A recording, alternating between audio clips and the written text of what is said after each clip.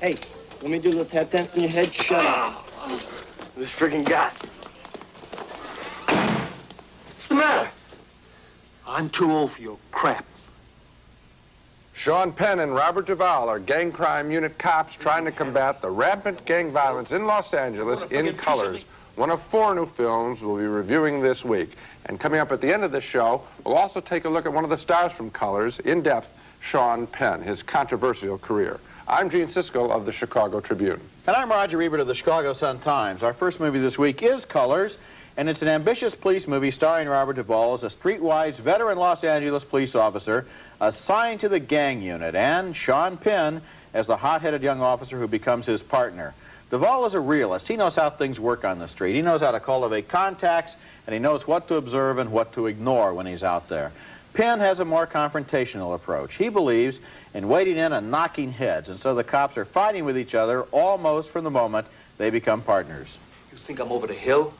You want a friggin' piece of me? Right now? Huh?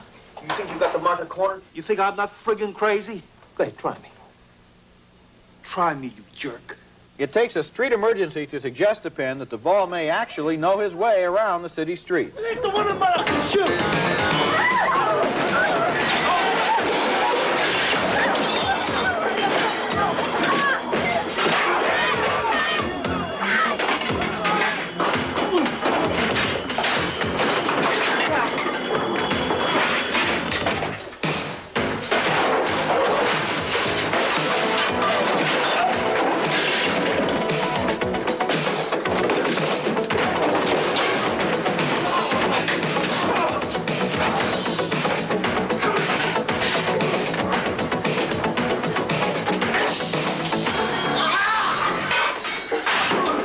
Eventually, the relationship between the two men finds a common ground, although in this scene, they're still ready to part company. Listen, I spoke to Melendez at DSD, okay? I'll be getting a new partner first of the month.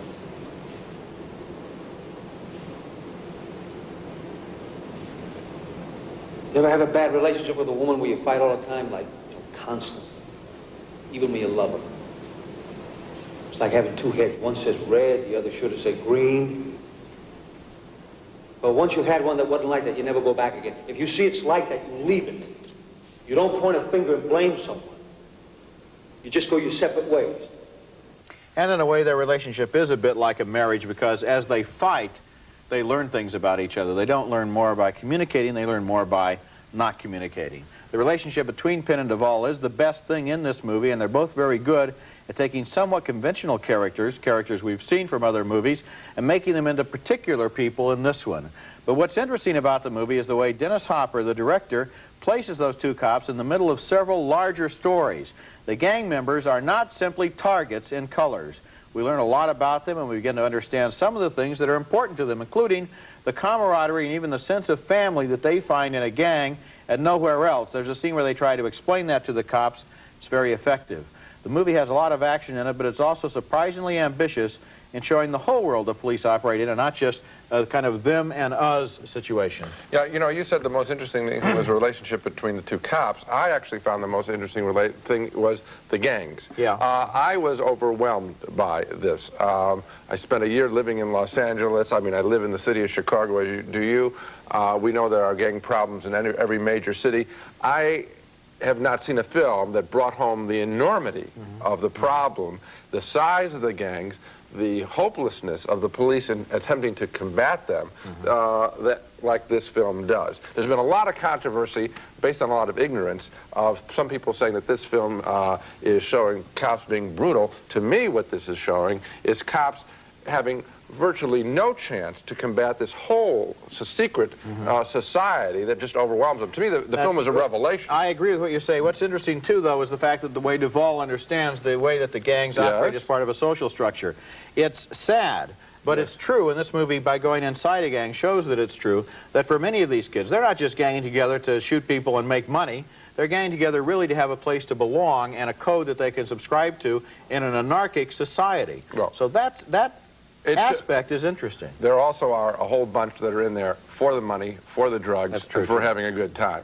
Our next film, a good violent time. Our next film is called 18 Again, and it probably will draw some viewers hoping to recapture the pleasure of seeing George Burns in the Oh God movies. Unfortunately, there is very little to be seen of George Burns in 18 Again, which turns out to be yet another comedy about an older man and a young boy trading places and gaining new insights into each other.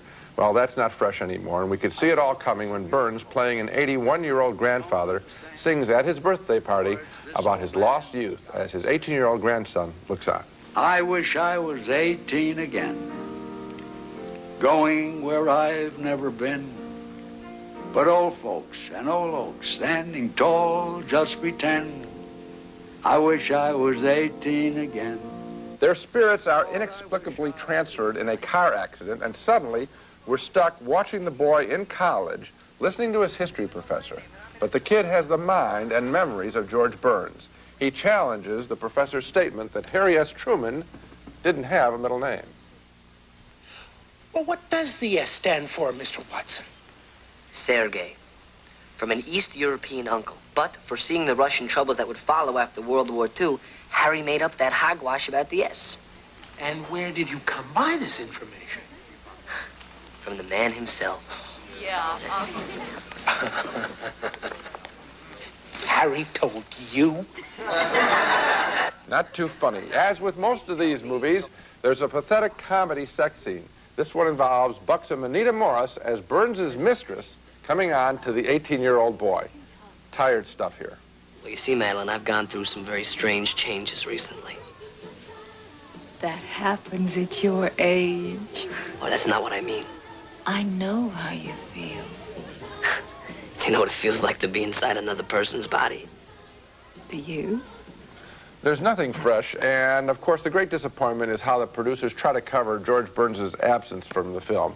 We hear his voice almost as much as we see him, and whereas there was some amusing reasoning behind the casting of him as God, well, here he's just another perky old man. Yeah, and he's not really doing anything new in this film. The people who wrote the film seem to have borrowed it from his nightclub act. For example, he uses that line, I date younger women. I date women my age, but there are no women my age. I know. Well, we've heard that a million times. You don't expect the character to say it. Right. That's George Burns' line. Right. What we have here is the latest entry in a sweepstakes. You've got Like Father, Like Son, Vice Versa, 18 Again, and Waiting in the Wings is big. All four movies with the same identity transfer theme. One of them is a great movie, Vice Versa. It's still in theaters.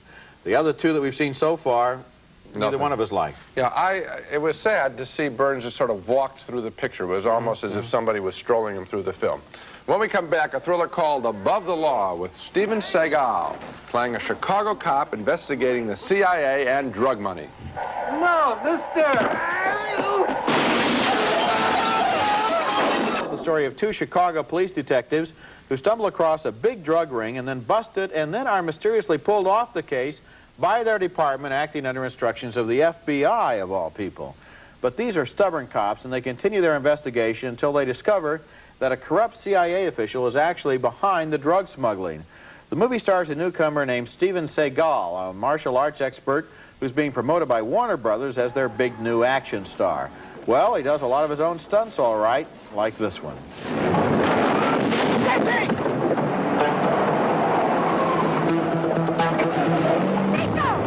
His police partner is played by Pam Grier, herself an action star from the 1970s, who has her best role in a long time. Excuse me, but I just had to stop and tell you that you look like the sun setting on the waterfall in springtime, baby. And you got 5 seconds. 3 are up. Say, you ain't got to be like... Hey, you know, like Lady Cops need boyfriends too, you dig? But you have a nice day just the same. The movie sets its violence in a lot of offbeat locations, including a grocery store. Get down.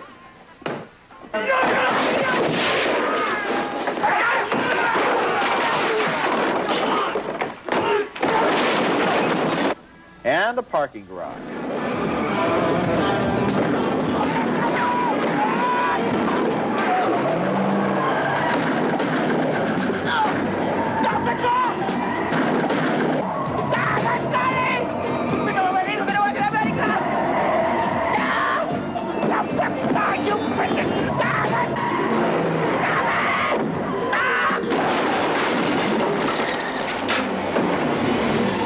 Above the Law was co-written and directed by Andrew Davis, who is something of an expert at action thrillers. He's the man who made Code of Silence, which is still the best of all of Chuck Norris's pictures. And he does a confident job this time of showcasing Steven Seagal, who is tall, dark, handsome, and very impressive when he personally throws his victims around in hand-to-hand combat. This guy spent about 10 years as a karate instructor and, as it says in the press release, bodyguard to heads of state before making this movie. The movie is not just a simple thriller, though. It involves not only drug smuggling, but also Central American refugees, police department politics, and Seagal's home life as a happily married father whose family is in great danger. The movie has perhaps 50% too much plot, but it's slick, exciting, and ambitious, and I did like the way it used so many offbeat character actors to create a level of realism underneath that fantasy character played by Steven Seagal. Yeah, well, he didn't turn me on particularly because he is so heroic, it's almost like he's riding around on an invisible giant horse above the crowd. I mean, you know, they talk about Clint Eastwood. One of the great things about Clint Eastwood is he doesn't give off or know how cool he is when he's in his pictures. He's just plunging ahead doing his job. The way this movie has been structured to feature this guy, he's aware, everyone's aware that he's somebody special. And I didn't like that. In addition, I think there's another thing that you hit on that I didn't like, and that is when you said 50% too much plot. I mean, they've got everything thrown in here. The stuff that did interest me is this film makes a lot of accusations about the CIA and drug smuggling.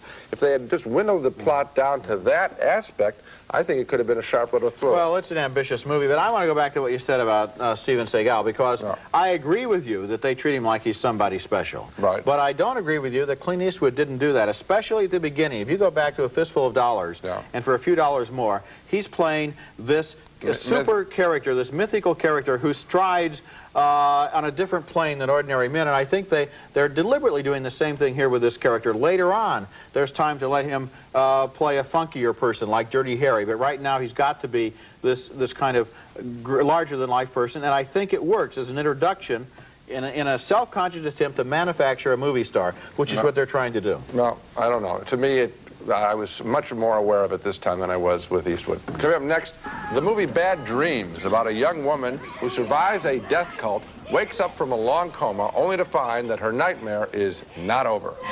Cynthia, what happened? He's alive. He's in there. Who's in there? There's a disgusting little horror picture appropriately called Bad Dreams, about a girl involved in a Jim Jones-like hippie cult where the sleazy leader pours gasoline on his flock and sets them all aflame right at the beginning of the picture. Come to eternal bliss.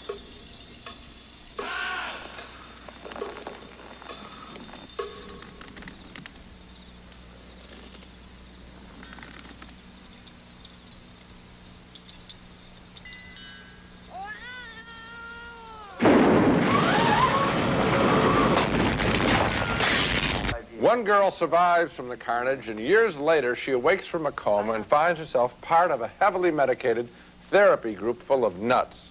You know what I do when it all gets to be too much? I make a little hole, and it all escapes.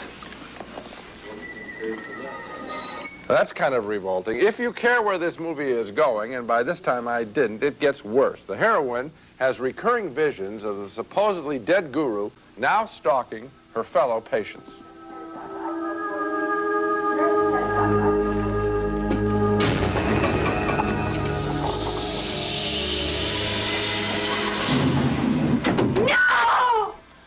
I had sort of thought this kind of mad killer movie had moved on, but Bad Dreams carries on the dubious tradition, and rather poorly, I'm afraid. I'm tired of seeing the facially scarred Richard Lynch cast in yet another monster role. I wish they'd give him something else to do.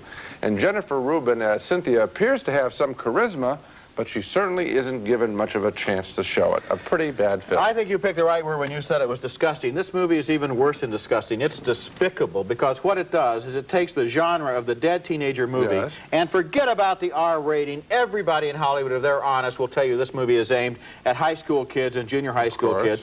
And what does it do? In the usual dead teenager movie, some horrible monster is hacking up the teenagers. Right. This one is even worse. These kids are driven to commit suicide. Haven't the people who made this movie ever heard about the national epidemic of teenage suicide? Do they think this is entertainment? What were they thinking of when they made this movie? Money. It's not only despicable, of course they were thinking of money, it's irresponsible. Well, I mean, the picture, the only thing that I'm worried about with your tirade just right now is that you might get somebody aroused enough to see the picture. So I'm going to take the tension down a few seconds and say that it's a very bad film. It is a boring film. In other words, it's stupid. It's not boring, okay. Gene. The scene at the end where she's hanging off the building, come on, stabbing her hand with a needle. Oh, yes. It's boring to me because it's tired kind of thing. When people hang off buildings, I get tired of it. And when they get something stuck in their hand, I want to vomit. Okay, well, I think that's a good reaction to this movie. Yeah. When we come back, we both like colors earlier in the program, so let's take another look at Sean Penn, who's developed a troublesome public image, but his movies prove he's one of the best actors of his generation. I'm not stupid, Chris.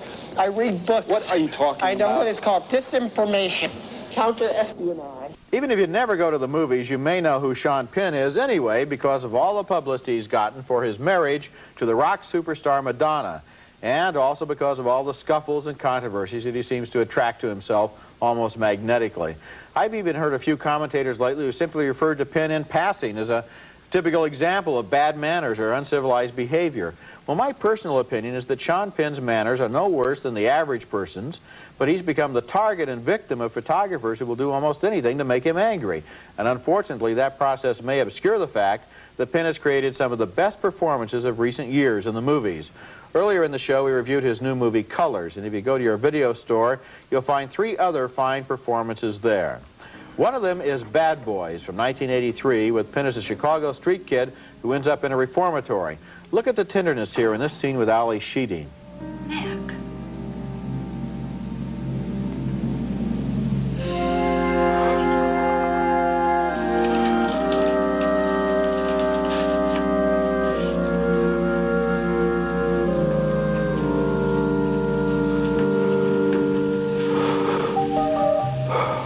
And in The Falcon and the Snowman, a 1985 film based on a true case history, he disappeared so completely into character that you can hardly recognize him here as Timothy Hutton's buddy, a stoned-out kid who starts selling secrets to the Russians. I Xeroxed everything! Every cipher, every document. Yeah. Make you nervous?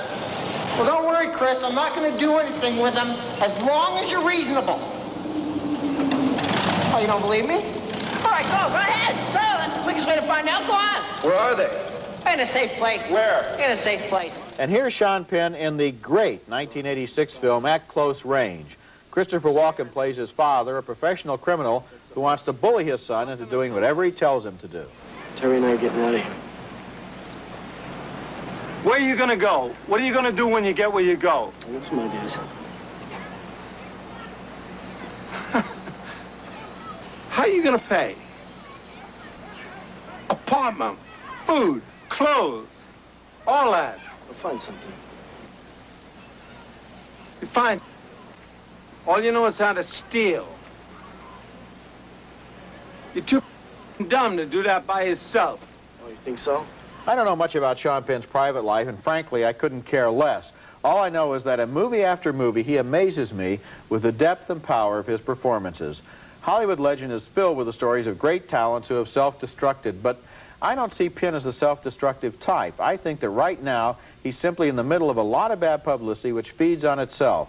And if you look at his movies and not at his publicity, you'll get a very different picture. I think this is worth saying, too, because I hate to see a very talented young actor when we have so many other actors who you know, make huge amounts of money and get to star repeatedly in films of no consequence that portray young people as dolts, as stupid little machines running around trying to have sex with an older woman or succeeding in some stupid business enterprise. Here is Sean Penn, who takes on characters of fascination regardless of their age. These are actually ageless characters that are playing. They're that good. And he, as you say, does disappear into character. He does take on challenging assignments. He is willing, like all the great actors, to play unlikable characters rather than lover boys. And I just hate to see this whole other stuff of his life, a lot of which I think is instigated by people trying to make a buck off of a cheap photograph, ruin his career. I agree with you. You know, the problem, one of the problems is that his biggest hit was Fast Time at Ridgemont High. Yeah. The three pictures I just mentioned, Bad Boys, At Close Range, and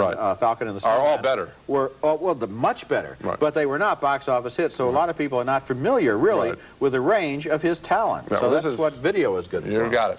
Now let's recap the movies we reviewed on this show. 2 thumbs up for the impressive Cops and Gangs picture, Colors, which reveals the inner workings of both groups.